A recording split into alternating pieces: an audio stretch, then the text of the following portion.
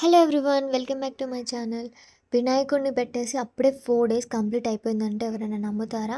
వినాయక చవితి ఎప్పుడొస్తుందా అని వెయిట్ చేస్తాం. తీరా వినాయకుడిని పెట్టేసిన తర్వాతకి అప్పుడే రోజులన్నీ గడిచిపోతాయా అని అనిపిస్తుందనమాట.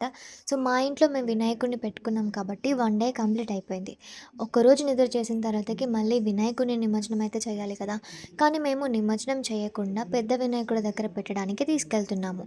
ఇంట్లో పెట్టుకున్న వినాయకుడిని ఇంట్లోనే నిమజ్జనం చేసుకుంటున్నారు కొంతమంది. ఇంట్లోనే నిమజ్జనం చేస్తారు కాబట్టి, ఆ మట్టితోటి అందులో ఒక చెట్టయితే నాటుతున్నారు కొంతమంది. కానీ మేము ప్రతిసారి వినాయకుడిని తీసుకెళ్ళి పెద్ద వినాయకుడి దగ్గర పెడతామనమాట. ఈసారి కూడా అలాగే చేస్తున్నాము. అండ్ ఇంకా ఈ ఇయర్ మా చిన్నోడొచ్చాడు కాబట్టి, ఈ వినాయక చవితి చాలా చాలా స్పెషల్ మాకు.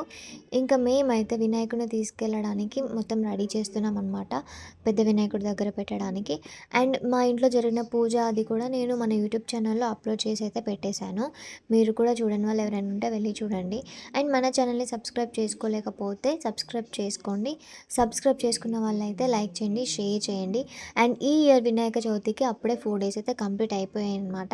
ఇంకా ఎన్ని రోజులు ఉంటాయి, ఇంకా ఈ మిగిలిన రోజులు కూడా తొందరగానే అయిపోతాయన్నమాట. ఇంకా మేమైతే వినాయకుడిని తీసుకెళ్ళి అక్కడైతే పెట్టేసాము.